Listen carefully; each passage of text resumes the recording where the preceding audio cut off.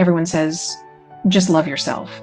But no one tells you what that actually means or how brutal it can feel when your nervous system is fried, your confidence is in pieces, and your inner voice sounds like someone who doesn't even like you. Today, we're going to talk about what no one tells you about self-love, the messy, uncomfortable parts that actually lead to healing. Do you find yourself questioning if your relationship is abusive? Take our "Is my relationship abusive?" quiz and take the first step toward understanding your situation. Before we go further, let's get one thing straight. Self-love isn't a mood or a mantra. It's not something you feel when life is going well. It's a relationship you build, one small, intentional moment at a time, with the parts of yourself you've ignored, criticized, or abandoned. Real self-love means learning how to stay with yourself, especially when you don't feel lovable. Self-love isn't a feeling, it's a practice. You don't wake up one day and feel self-love. You build it through repetition.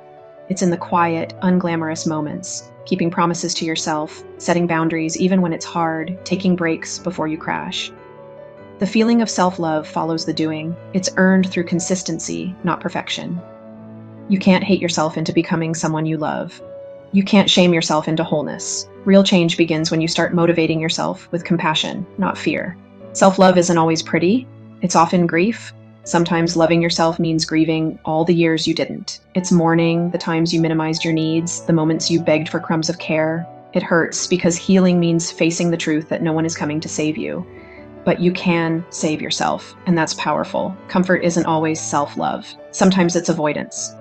There's a line between rest and retreat. Resting after burnout is love, but staying in avoidance mode and calling it healing, that's fear wearing a mask.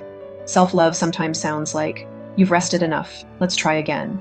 It's discipline wrapped in compassion, firm but kind. Self-love doesn't grow in isolation. It grows in safe connection. You can't heal in total solitude. Self-love deepens in relationships that feel safe, with friends, support groups, or therapy.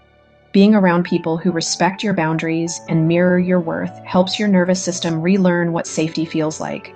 You deserve to be around people who see you, not those who make you earn their care. Self-love isn't easy and it's not instant, but it is worth it because when you finally stop abandoning yourself, everything in your life begins to change. Thank you for watching. Download our free resources, which will help you understand the patterns of abuse, spot the warning signs, and take your first steps toward reclaiming your strength and autonomy. Please raise awareness by sharing with others. You can also like or subscribe if it is safe to do so. And if you found this video helpful, be sure to check out related videos. See you in the next video.